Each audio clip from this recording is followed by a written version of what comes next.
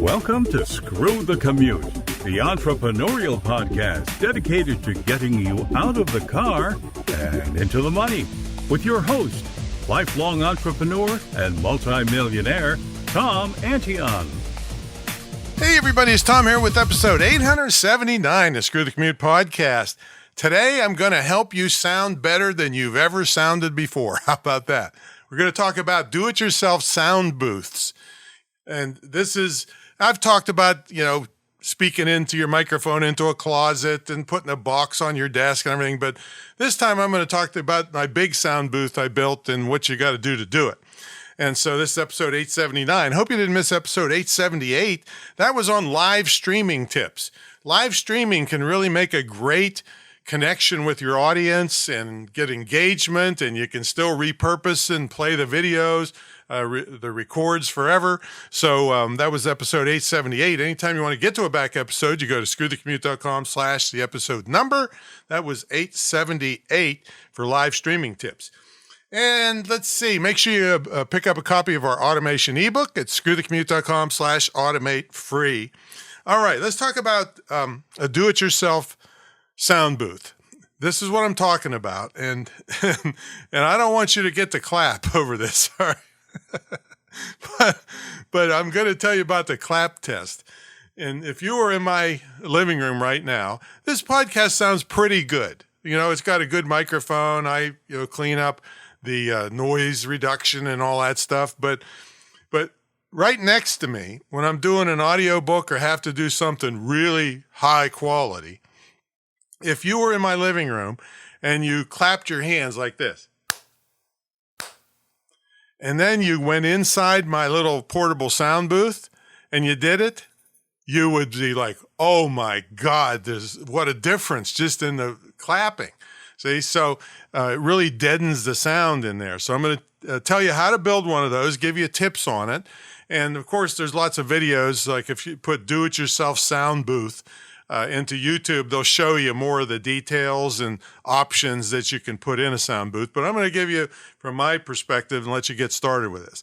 So I built mine out of PVC pipe. I think I used 1.5 inches because I wanted it to be strong.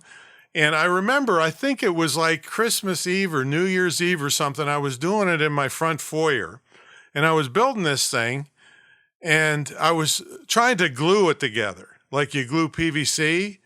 And not only was it messy and it stinks, I'm thinking to myself, how am I going to get this thing where it's going to be its final resting place if I glue this thing together, right? So I got the bright idea to make it totally portable and that I can take it apart, because what I did was I drilled with a tiny drill bit into each joint, like elbows and couplings, and into the pipe, through the coupling or through the elbow into the pipe, and I put a little tiny stainless steel screw in there. So it's really strong. It's not coming apart, but it can come apart just by unscrewing these tiny screws. Because I would have had to have my sound booth right in my front door, right? This dummy wasn't thinking ahead, see? So I'm suggesting that you screw it together. Get a little drill. It doesn't have to be a fancy DeWalt. It can be just a little, one of those little battery-operated things, because it's easy to drill into this stuff, and then screw in a little tiny screw. Okay, so then that's just the framework, see? Now, over top, if you're on a super budget, you could just go to Harbor Freight or something and get some of their cheapo moving blankets for $4 a piece, all right?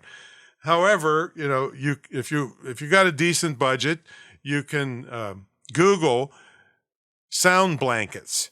And so these are they look like moving blankets, but they're specifically designed to absorb sound.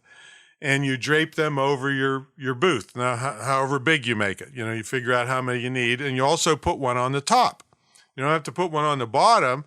If you have carpet, that's great.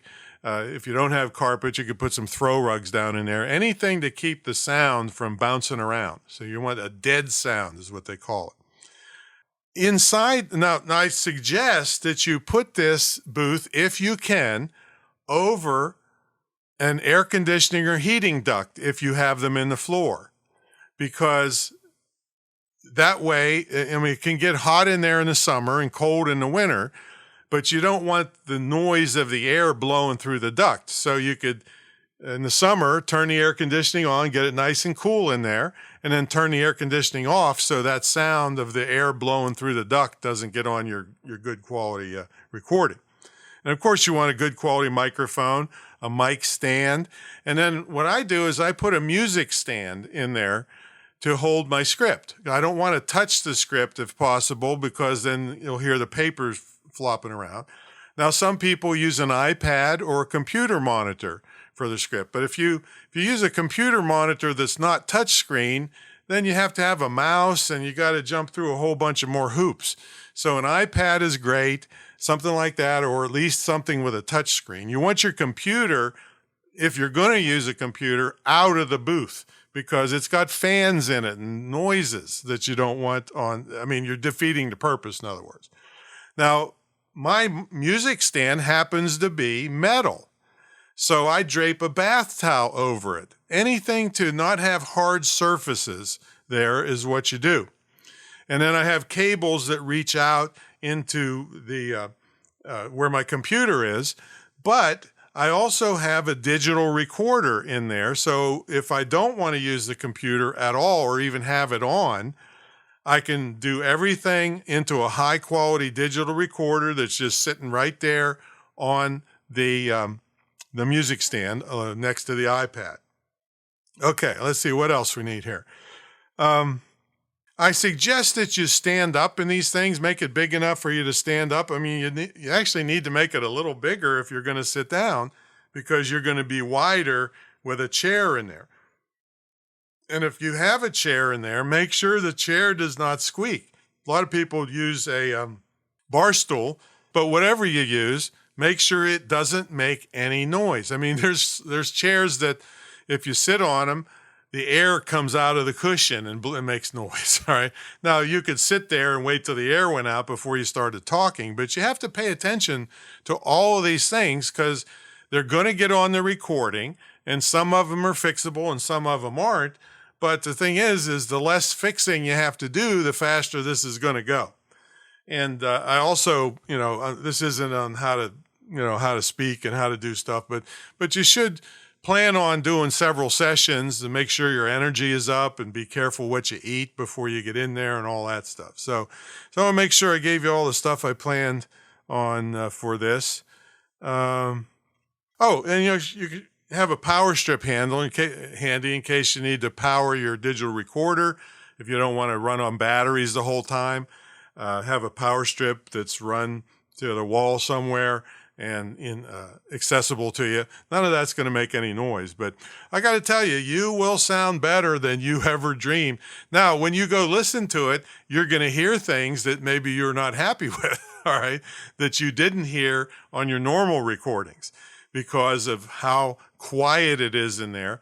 And also another thing, this is getting off topic of building a sound booth. You want to use a dynamic microphone.